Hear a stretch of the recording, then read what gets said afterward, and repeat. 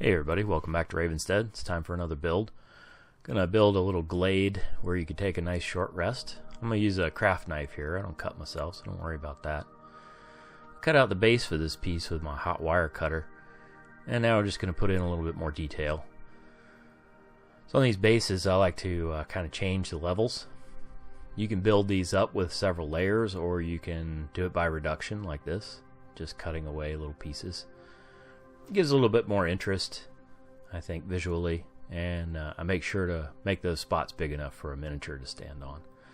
These would be for the gaming table, so I want to make sure I leave room for the miniatures, a standard 1-inch base.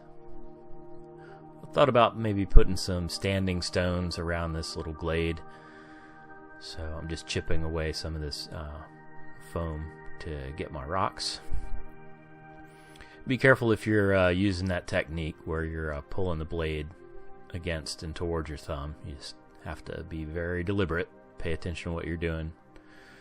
You might want to use something a little bit more dull if you're just starting out until you get your confidence up. So I'm doing a little texturing with a little bit of aluminum foil, putting in a little striations in these stones with brass brush. I like to use the brass brush versus a steel brush. It cuts a little less deep, it's a little less aggressive, so I can kind of sneak up on the texture that I want. Just adding in a little bit more visual interest here, and then we'll start putting this piece together. So I've got all my stones shaped out the way that I wanted, and I'm just going to hot glue those down to the base. I kind of like to overlap areas, so I did have a little notch in the bottom of that stone, so it kind of fit over that little tiny ledge. Once I get these glued down, I'll run a couple of screws into the bottom. That's not so much for structure, but more for weight.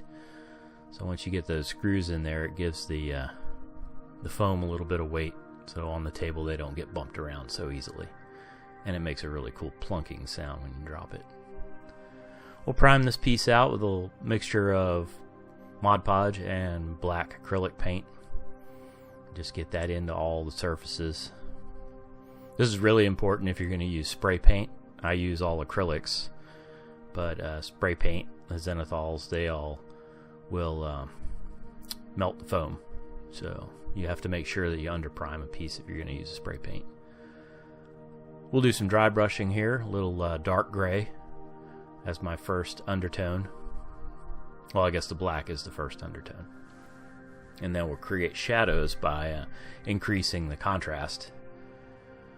Going around with a medium gray here. And then I've got a new color. I was using parchment, which was the name of the color. This is tapioca.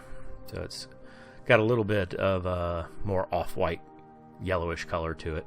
Doesn't really show up too well here on the camera, but I think it works out pretty well. And then I've got a brand new color. That's terracotta. I just wanted to add a splash of variety color in there. Somebody mentioned that maybe some of my stonework could use some browns or oranges, so we're going to give this a try. Kind of ended up looking like rose quartz, which I thought was pretty cool. A little bit of medium green in the areas where I'm going to have some grass. And once we get all these dry brushing done, we'll go in with our washes next. First wash is burnt umber acrylic ink mixed with water. About 50-50. I keep them pretty thin. Paint that all over. And then I'll go in with some green wash. That's just a bright green mixed with water. This is a wet on wet technique, so the colors do bleed together a little bit, so you have to be careful not to use colors that'll create basically just a muddy look. And this is a little bit of Vallejo rust wash. I put it right on the piece. I'm just using the terrain itself as a palette. And I didn't want to really cover up all those cool terracotta highlights. And they really end up shining through pretty nicely here once all those washes are dried out. Time to get a little flocking on this piece. I'm going to paint out some of the flat areas that I want grassy with PVA glue. It's just straight out of the bottle. Just paint it right on. And then sprinkle on some fine flocking. That's Woodland Scenics fine flocking. It's good stuff. Get a good coat on there. Don't be afraid to press it a little bit to get it to stick to the glue. and just tap off the excess. I'm going to be putting miniatures on this piece, so I wanted to make sure that the flocking was pretty flat so the miniatures sit on there easily. And then adding on a little more coarse flocking. This is some that I make for myself. It's a mixture of green lichen and yellow flower flocking. That just adds a little color difference in texture. And then I've got some that's purple. That's sphagnum moss and purple lichen that I ground up in a coffee grinder. So it adds a little variety to it. We'll get some foliage in here. I purchased a few of these clump flowers. I got those on Temu. They're working out pretty well. I like these.